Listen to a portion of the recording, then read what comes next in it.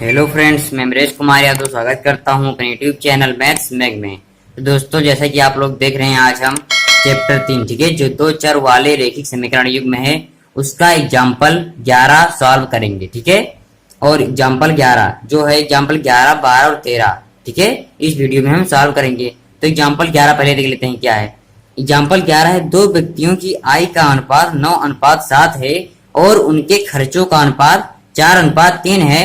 यदि प्रत्येक व्यक्ति प्रति महीने 2,000 रुपए बचा लेता है तो उसकी मासिक आय ज्ञात कीजिए। ठीक है, हम क्वेश्चन को सॉल्व करते हैं। ठीक है, तो हम उनके आय को x मान लेंगे और खर्चे को y। ठीक है, तो देखिए हम कैसे लिखेंगे। हम लिख देंगे दोनों व्यक्तियों, ठीक है, दोनों व्यक्तियों की, ठीक है, दोनों व्यक्तियों की मासिक, ठीक है, मासिक आय क्रमशः क्या होगी? आय क्रमशः 9x व 7x। ठीक है, हम मान लेंगे। ठीक है, माना दोनों व्यक्ति की मासिक आय क्रमशः 9x व 7x है। ठीक है, हमने आय आपको बताया कि x मानेंगे और खर्चे y मानेंगे। तो हम लिख देंगे तथा उनके, ठीक है, उनके यानी उन दोनों व्यक्तियों, उनके खर्चों, ठीक है, ठीक है, उनके खर्चों को क्रमशः, ठीक है, क्या है, 4 और 4:3 यानी 4:3, तो 4y व 3y मान लेंगे। ठीक है, इस तरह से। अब देखिए, दोनों व्यक्तियों की मासिक आय हमने क्रमशः 9x और 7x मान लिया है तथा उनके खर्चों का क्रमशः 4y और 3y मान लिया है। अब हम क्या करेंगे, हम पहले व्यक्ति को लेंगे। ठीक है, पहले व्यक्ति का क्या है, जो आय है 9x, ठीक है, प्रश्नानुसार, पहले प्रश्नानुसार लिख देंगे, प्रश्नानुसार, ठीक है, 9x, ठीक है, ये पहले वाली। और इसका खर्चा कितना है, 4y। तो आय में से जब खर्च कर दिया तो कितना बचा था, 2,000। तो ये हमारा इक्वेशन फर्स्ट हो जाएगा इस तरह से।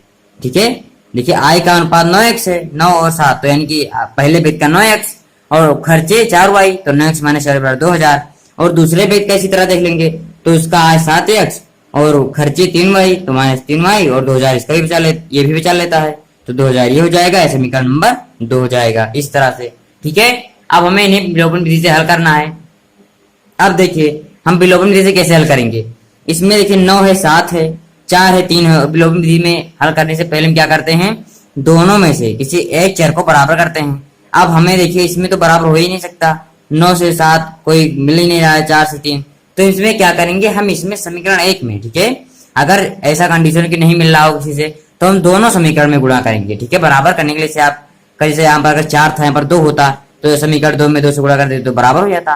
लेकिन यहाँ पर ऐसा नहीं है, तो यहाँ पर क्या करेंगे, दोनों समीकरणों में कुछ ना कुछ से गुणा करना पड़ेगा। तो हम यहाँ पर क्या लिख देंगे, समीकरण 1 को, समीकरण 1, ठीक है, समीकरण 1 गुणा समीकरण 1 में 3 से गुणा कर देंगे। ठीक है, और समीकरण 2 को 4 से गुणा कर देंगे। ठीक है, समीकरण 1 को 3 से और समीकरण 2 को 4 से, प्लस समीकरण 2 गुणा 4 इस तरह से। ठीक है, और इन दोनों समीकरणों को हम क्या कर देंगे, घटा देंगे। ठीक है, समीकरण को 3 से गुणा करेंगे तो 9 त्रिक 27x माइनस 4 को 4 3 12y, और जब 2 को 3 से तो कितने 6,000 हो जाएगा। ठीक है, और जब समीकरण 2 को 4 से गुणा करेंगे तो क्या हो जाएगा, 7 चौक 28x, ठीक है, और 4 3 12y बराबर 4 दूनी 8,000। अब देखिए हमें घटाना क्यों पड़ा। ठीक है, घटाना इसलिए पड़ा क्योंकि देखिए समान चिन्ह, हमने आपको बताया है कि अगर समान चिन्ह होंगे तो उन्हें घटाएंगे, और क्योंकि घटाने पर चिन्ह बदल जाते हैं तभी कटेगा, और अगर विपरीत चिन्ह होंगे तो वैसे कट जाएंगे, तो उन्हें से जोड़ देंगे। ठीक है, लेकिन यहाँ पर समान आ रहा है तो इसे घटाने पर, अब देखिए घटाने पर चिन्ह बदल जाते हैं, माइनस प्लस, और यहाँ पर प्लस है माइनस, यहाँ पर प्लस है माइनस, ये तो कैंसिल आउट हो जाएगा। और 27 में से 28 जाएगा, तो देखिए 27 में से 28 जाएगा तो क्या बचेगा, माइनस x बराबर 6,000 8,000, तो इसमें माइनस 2,000 बच जाएगा। ठीक है, जब घटाएंगे तो माइनस माइनस कैंसिल आउट हो जाएगा, x बराबर हमारा 2,000 आ जाएगा। ठीक है, x बराबर 2,000 आ जाएगा इस तरह से। अब हम क्या करेंगे, x का मान चाहे समीकरण 1 में रख दीजिए चाहे 2 में, इससे y का मान निकल आएगा। तो हम देखिए लिख देते हैं, हम लिख देंगे x का मान समीकरण हम 2 में रख देते हैं, समीकरण 2 में, चाहे आप 1 में रख देंगे तब भी मान निकल आएगा समीकरण 2 में रखने पर। अब समीकरण 2 क्या है, 7x माइनस 3y बराबर 2000। ठीक है, अब देखिए 7 और x के स्थान पे क्या देंगे 2000, 2000 माइनस 3y बराबर 2000, तो 7 दूनी 14000। ठीक है, 14000 माइनस 3y बराबर 2000 हो जाएगा इस तरह से। ठीक है, अब हम क्या करेंगे, अब हम पक्षांतर कर लेंगे, तो इधर माइनस 3y और अचर को अचर के साइड में लाएंगे 2000, और इस तरफ प्लस, इस तरफ जाएगा माइनस हो जाएगा माइनस 14000। ठीक है, इस तरह से। तो माइनस 3y बराबर, अब 14000 में से 2000 हटाएंगे माइनस 12000। अब माइनस माइनस कैंसिल आउट हो जाएगा, तो y बराबर क्या हो जाएगा 12000 बटा 3, इस तरफ गुणा इस तरफ का भाग हो जाएगा। अब हम क्या करेंगे, काट देंगे, 3 चौक 12 और 3 जीरो लगा देंगे। ठीक है, तो y बराबर हमारा आ जाएगा 4000। ठीक है, y बराबर 4000। अब देखिए इसके हल क्या प्राप्त हुए, x बराबर आ गए 2000 और y बराबर 4000। ठीक है, और हमें क्या ज्ञात करना था, क्वेश्चन देख लेते हैं एक बार फिर से। देखिए हमें क्वेश्चन में क्या ज्ञात करना था, हमें उनकी मासिक आय ज्ञात करनी थी। ठीक है, तो मासिक आय का अनुपात क्या हमने माना 9:7, 9:7 था, हमने माना क्या है 9x व 7x। ठीक है, अब हम क्या कर देंगे, देखिए x y के मान हम निकल आए हैं। ठीक है, तो हम क्या लिख देंगे, हम लिख देंगे कि दोनों व्यक्तियों की, ठीक है, दोनों व्यक्तियों, ठीक है, दोनों व्यक्तियों की मासिक आय, की मासिक आय क्रमशः, ठीक है, क्रमशः क्या होगी, क्रमशः आय क्रमशः क्या होगी, पहले देखिए पहले क्या था 9x, तो 9 गुणा 2000 पहले व्यक्ति की, और तो क्या जगह 9 दूनी 18, यानी इसका मतलब 18000 पहले व्यक्ति की मासिक आय थी 18000 रुपए। और दूसरे व्यक्ति क्या हो जाएगी, वो उसका था 7x, यानी 7, तो 7 गुणा 2000, x का मान 2000 निकाला है 2000, तो क्या हो जाएगी 14000। ठीक है, 14000 रुपए।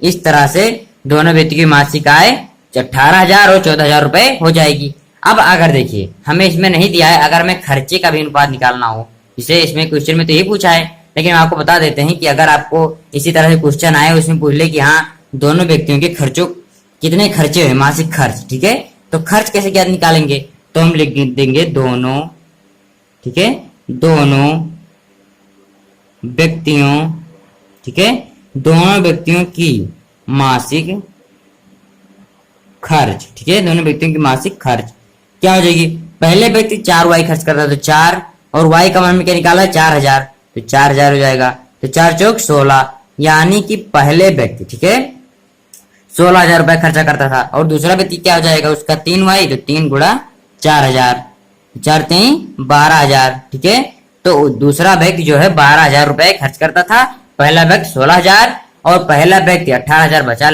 पहले व्यक्ति की आय 18000 थी और दूसरे व्यक्ति की 14000 थी। ठीक है, इस तरह से थी। तो आई होप आपको कुछ एग्जाम्पल 11 समझ में आ गया होगा। ठीक है, एग्जाम्पल 11 समझ में आ गया होगा। अब हम चलते हैं एग्जाम्पल 12 के ओर। ठीक है, और अगर पसंद आ गया हो, अगर सवाल समझ में आ गया हो तो इसे लाइक कर देना वीडियो को। ठीक है, अब हम चलते हैं एग्जाम्पल 12 की ओर। अब देखिए हम एग्जाम्पल 12 देख लेते हैं क्या है। एग्जाम्पल 12 है, विलोपन विधि का प्रयोग करके निम्न रैखिक समीकरण के सभी संभव हल ज्ञात कीजिए। हमें 2 समीकरण दिए हैं, ठीक है, और हमें उनको विलोपन विधि से हल करना है और उनके हल ज्ञात करने हैं। इसे हम समीकरण नंबर फर्स्ट यानी कि इक्वेशन फर्स्ट मान लेंगे, और ये समीकरण नंबर 2 यानी इक्वेशन सेकंड मान लेंगे, इस तरह से। ठीक है, अब हम क्या करेंगे, हमने आपको बताया कि विलोपन विधि में हल करने से पहले हम देखते हैं कि दोनों चर में से किसी एक चर का मान बराबर होना चाहिए। ठीक है, अब देखिए 2x है, इसमें 4x है, तो हम जानते हैं कि 2 को 4 कैसे बनाएंगे, 2 से गुणा करके। तो हम लिख देंगे समीकरण 1 में 2 से गुणा करने पर, ठीक है, समीकरण 1 में 2 से गुणा करने पर, इस तरह से 2 से गुणा करने पर। अब समीकरण 1 क्या है, 2x प्लस 3y बराबर 8। ठीक है, इसमें 2 से गुणा कर देंगे तो क्या जाएगा 4x प्लस 6y बराबर 16 आ जाएगा। ठीक है, अब देखिए 2 से गुणा हो गया। अब हम क्या कर देंगे, अब इसे हम समीकरण मान ले 3 मान लेंगे। ठीक है, समीकरण 3 मान लीजिए। अब हम क्या कर देंगे, अब हम लिख देंगे कि समीकरण 3 माइनस समीकरण 2, ठीक है, समीकरण 2 इस तरह से। अब समीकरण 3 क्या है, 4x प्लस 6y बराबर 16 है, ठीक है, इस तरह से। और देखिए समीकरण 2 क्या है, 4x प्लस 6y बराबर 7 दिया हुआ है। अब हमने घटाने पर लिखा है ना, समीकरण 3 माइनस समीकरण 2, तो घटाने पर हमने बताया चिन्ह बदल जाते हैं। तो यहाँ पर क्या है, प्लस तो minus, plus minus plus minus हो जाएगा। अब 4x से 4x कैंसिल आउट, 6y से 6y कैंसिल आउट, और जब 16 में से 7 जाएगा 9, यहाँ पर 0 बचेगा। तो आप देख रहे हैं कि यहाँ पर तो कोई हल ही निकल रहा है, ठीक है। यहाँ पर हल कहाँ देखिए, x भी कट गया, y भी कट गया, तो यहाँ पर हल निकला ही नहीं। तो हम क्या लिख देंगे, हम लिख देंगे 0 बराबर 9, ठीक है। अब इसके बाद लिख देंगे जो एक असत्य कथन है, जो एक असत्य कथन है, मतलब जो समीकरण में दिया गया इसका कोई हल नहीं निकलेगा, जो एक असत्य कथन है। अब हम नीचे और लिख देंगे एक लाइन, अतः समीकरणों, ठीक है, जो दोनों समीकरण दिए हैं, समीकरणों के युग्म, ठीक है, युग्म का कोई हल नहीं है, ठीक है, कोई हल नहीं है। कहाँ हल निकला, देखिए 0 आ गया ना, x भी कट गया, y भी कट गया, तो हम लिख देंगे अतः समीकरणों के युग्म का कोई हल नहीं है, ठीक है। तो आई होप आपको एग्जाम्पल 12 यानी 12 समझ में आ गया होगा, ठीक है। अब चलिए एग्जाम्पल 13 देख लेते हैं, ठीक है। जो है 2 अंकों की एक संख्या एवं उसके अंकों को पलटने पर बनी संख्या का योग 66 है। यदि संख्या के अंकों का अंतर 2 है तो संख्या ज्ञात कीजिए, ऐसी संख्याएं कितनी हैं, ठीक है। अब देखिए हमें क्या करना है, इसमें जो जो दिया हो उसे लिख लेंगे, ठीक है। फिर हम समीकरण मतलब समीकरण बन जाएगा, फिर उसे विलोपन विधि से हल कर देंगे, ठीक है। तो चलिए हम क्या लिख देंगे, हम लिख देंगे माना, ठीक है, माना हम दहाई। देखिए इसमें जब इस प्रकार क्वेश्चन आए तो हम दहाई का अंक मानेंगे, फिर इकाई का अंक, फिर संख्या, ठीक है, इस तरह से। तो हम मान लेंगे माना दहाई का अंक, ठीक है, माना दहाई का अंक बराबर x, ठीक है। दहाई का अंक x तथा इकाई का अंक क्या हो जाएगा, इकाई का अंक बराबर y मान लेंगे। दहाई का अंक x, इकाई का अंक y, तो संख्या क्या हो जाएगी, तो संख्या बराबर 10x प्लस y।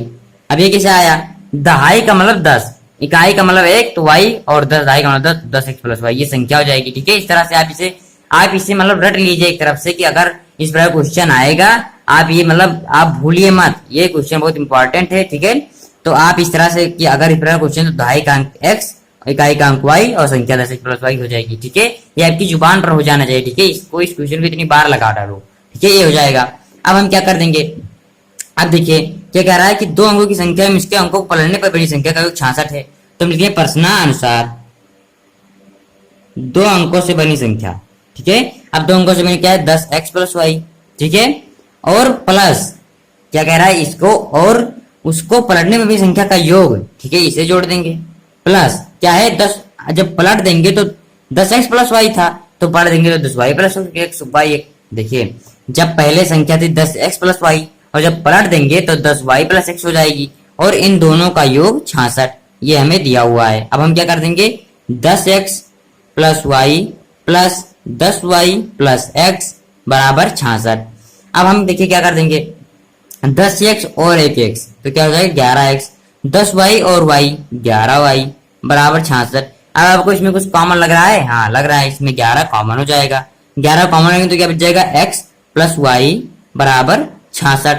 अब इस तरफ 11 गुणा था, इस तरफ जगह भाग हो जाएगा, तो यानी x प्लस y बराबर 66 बटा 11, इस तरह से, ठीक है, 66 बटा 11 हो जाएगा। हम काट देंगे तो 11 छक्का 66, तो x प्लस y बराबर 6, ये हमारा इक्वेशन फर्स्ट यानी समीकरण नंबर फर्स्ट हो जाएगा, इस तरह से। अब हम क्या करेंगे, अब दूसरा कंडीशन देख लेते हैं, क्या है कि यदि संख्या के अंकों का अंतर 2 है, ठीक है। अब हम क्या कर देंगे, देखिए संख्या जो हमने x y माना है, दहाई का अंक, उसके अंकों का योग अंतर 2 है, तो x माइनस y बराबर 2, ठीक है, इसे समीकरण नंबर 2 मान लेंगे। अब देखिए ये क्वेश्चन कुछ पलट दिया है, अगर देखिए अगर हमें सिर्फ जैसे यहां तक क्वेश्चन होता कि देखिए 2 अंकों की एक संख्या एवं उसके अंकों को पलटने पर बनी संख्या का योग 66 है, यदि संख्या के अंकों का अंतर 2 है तो संख्या ज्ञात कीजिए, अगर यहीं तक क्वेश्चन होता की संख्या ज्ञात कीजिए, तो हम सिर्फ समीकरण 2 ही मानते। देखिए समीकरण 1 और 2 बनाते, लेकिन इसमें एक और बात बोल दिया है कि ऐसी संख्याएं कितनी हैं। तो जब ऐसा देखिए मतलब ऐसी कितनी संख्याएं हैं जिस पर ये कंडीशन जो दिया हुआ है समीकरण ये बैठ रहा है, तो हम क्या करेंगे, हम देखिए अब ये दिया रहा है कि अंकों का अंतर, तो अंकों का अंतर मतलब दहाई में से इकाई घटाएंगे 2 आ जाएगा। और ऐसा भी तो कंडीशन बन सकता है कि इकाई में से दहाई घटाएं, ठीक है, x माइनस वाई बराबर 2, तो y माइनस एक्स भी तो हो सकता है 2, क्योंकि 2 ये नहीं दिया है कि दहाई में से इकाई घटाएंगे, सिर्फ वो दिया है कि अंकों का अंतर 2 है, तो x माइनस वाई बराबर 2, तो y माइनस एक्स बराबर 2, ठीक है। इसे समीकरण नंबर 3 मान लेंगे। अब आपको समझ में नहीं आ रहा होगा, हम बता रहे हैं, समझ में आएगा, ठीक है। आगे देखिए वीडियो को पूरा बिना स्किप करते हुए, ठीक है। अब देखिए हम क्या करेंगे, पहले समीकरण 1 और 2 को लेंगे, इससे जब दोनों को हल करेंगे विलोपन विधि से तो एक हल प्राप्त होगा, एक हल वो हो जाएगा। और फिर समीकरण 1 और 3 को लेंगे, फिर उनको दोनों को हल करेंगे विलोपन विधि से, फिर जो या प्राप्त होगा बस वही दो संख्याएं हो जाएंगी, ठीक है। इसमें पूछा ऐसी कितनी संख्याएं हैं, ऐसी कितनी संख्या है, तो 2 संख्याएं हो जाएंगी, ठीक है। तो हम चलिए समीकरण प्राप्त हो गए हैं, अब इन्हें विलोपन विधि से हल करते हैं, ठीक है। अब देखिए हम क्या करेंगे, ठीक है, समीकरण 1 और 2 को पहले लेंगे, तो हम क्या लिख देंगे, समीकरण 1 व 2 को, समीकरण 1 व 2 को जोड़ने पर, ठीक है, को जोड़ने पर, समीकरण 1 व 2 को जोड़ने पर हम जोड़ेंगे तो क्या हो जाएगा, समीकरण 1 क्या है, समीकरण 1 हमारा है x प्लस वाई बराबर 2, ठीक है, और 2 क्या है, x माइनस वाई बराबर 2, ये 6 है, सॉरी ये 6 है, ठीक है, x माइनस वाई बराबर x प्लस वाई बराबर 6 समीकरण 1, ठीक है, ये x प्लस वाई बराबर 6 और x माइनस वाई बराबर 2 समीकरण 2 है। अब जोड़ेंगे तो y कैंसिल आउट हो जाएगा और x 2x हो जाएगा और 6 2 8, तो हमें क्या प्राप्त हो जाएगा, x बराबर 8 बड़ा 2 यानी x बराबर 4 प्राप्त हो जाएगा, इस तरह से, ठीक है। अब हम क्या करेंगे, x का मान समीकरण चाहे 1 में रख दें, ठीक है, चाहे 2 में, तो y का मान निकल आएगा। तो हम देखिए हम लिख देंगे x का मान